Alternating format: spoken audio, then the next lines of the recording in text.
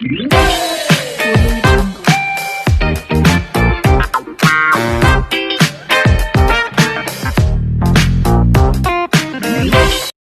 सभी को।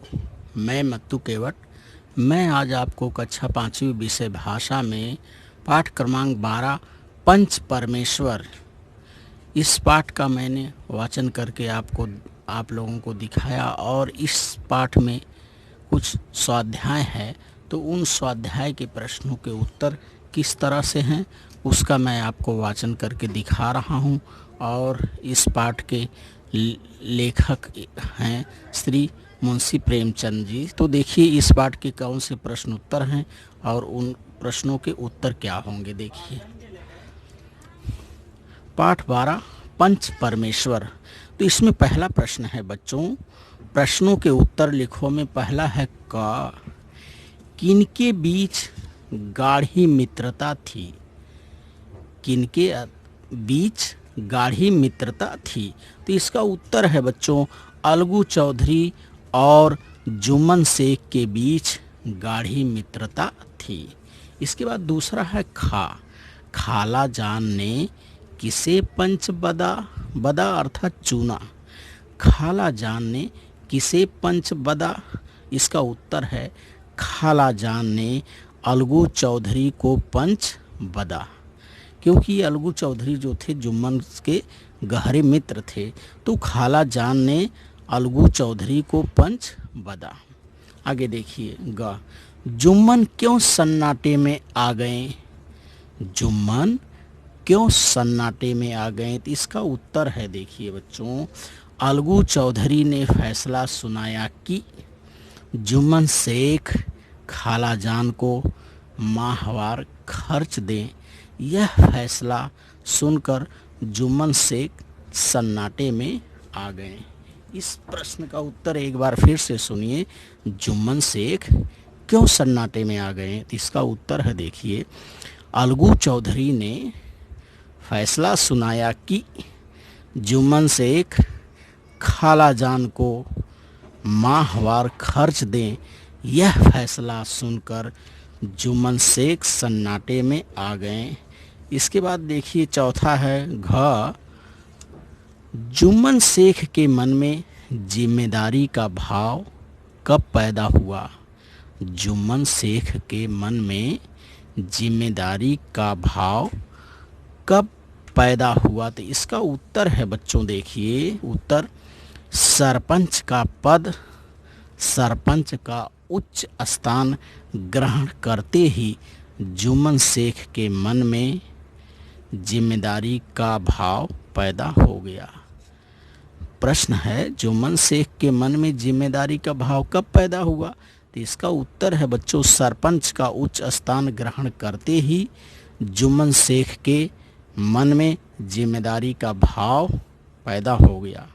और लास्ट प्रश्न है देखिए, और एक प्रश्न है इसके अंतर्गत, अलगू के गले लिपट कर जुम्मन क्या बोले।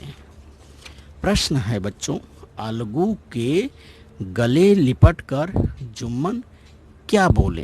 तो इसका उत्तर है देखिए, अलगू के गले लिपट कर जुम्मन बोले भैया। इसका उत्तर है देखिए बच्चों, फिर से उत्तर देखिए, अलगू के गले लिपट कर जुम्मन बोले, अलगू के गले लिपट कर जुम्मन बोले भैया, आज मुझे ज्ञान हुआ कि पंच के पद पर बैठकर ना कोई किसी का दोस्त होता है ना दुश्मन। अलगू ने गले लिपट कर जुम्मन से बोला, भैया आज मुझे ज्ञान हुआ कि पंच के पद पर बैठकर ना कोई किसी का दोस्त होता है ना दुश्मन। आगे देखिए इसमें कुछ और प्रश्न है बच्चों, निम्नलिखित वाक्यों में संज्ञा और सर्वनाम शब्द ढूंढना है।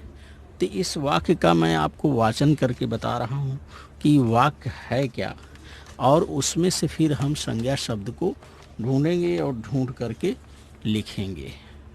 प्रश्न है बच्चों, प्रश्न 5 है इसके अंतर्गत। निम्नलिखित वाक्यों में संज्ञा और सर्वनाम शब्द ढूंढकर लिखना है या बताना है इसमें कौन सा शब्द संज्ञा है और कौन सा सर्वनाम है। देखिए, माधोपुर गांव के मेले में शहर जैसी बड़ी भीड़ थी। वहाँ कुछ बच्चे भी घूम रहे थे। उन्होंने दुकानों में पानी पूरी, दही, चने, समोसे, दही बड़े, लस्सी और कई प्रकार की मिठाइयाँ बिकते हुए देखी। उन्होंने तय किया कि हम सब अपने आप खरीदारी करेंगे। कुछ समय बाद जब वे आपस में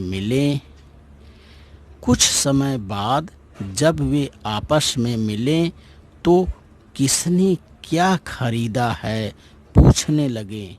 अंत में सभी खुशी खुशी अपने अपने घर आ गए। तो इस तरह से बच्चों ये छोटा सा क्या है, वाक्य है, गद्य का भाग है और इसमें हमें संज्ञा और सर्वनाम शब्दों को ढूंढना है। तो मैं आपको बता रहा हूँ, इसमें मैंने लिखा है कि कौन से शब्द संज्ञा है और कौन से शब्द सर्वनाम है, वह मैं आपको इसमें बता रहा हूँ। अभी को पढ़ा तो देखिए उसमें संज्ञा शब्द कौन सा है। पहले हम संज्ञा शब्द का परिचय करेंगे। माधोपुर, गांव, मेले, शहर, भीड़, बच्चे, दुकानों, पानी पूरी, दही, चने, समोसे, दही बड़े, लस्सी, मिठाइयाँ, खरीदारी, समय, घर। ये जो शब्द हैं ये जो हैं संज्ञा है। ये शब्द जो हैं संज्ञा। इसके बाद इसमें सर्वनाम कौन से शब्द है, देखिए सर्वनाम शब्दों का भी मैंने यहाँ लेखन किया है। सर्वनाम शब्द कौन से है, कुछ उन्होंने संज्ञा के बदले बोले जाने वाले शब्द को सर्वनाम कहते हैं और किसी नाम, स्थान या वस्तु या भाव को संज्ञा कहते हैं। तो सर्वनाम शब्दों को देखिए, कुछ, उन्होंने इसमें 2 बार आया है, इसलिए मैंने यहाँ 2 बार लिखा है। कुछ, उन्होंने, हम, अपने आप, कुछ, वे, किसने, सभी, अपने अपने।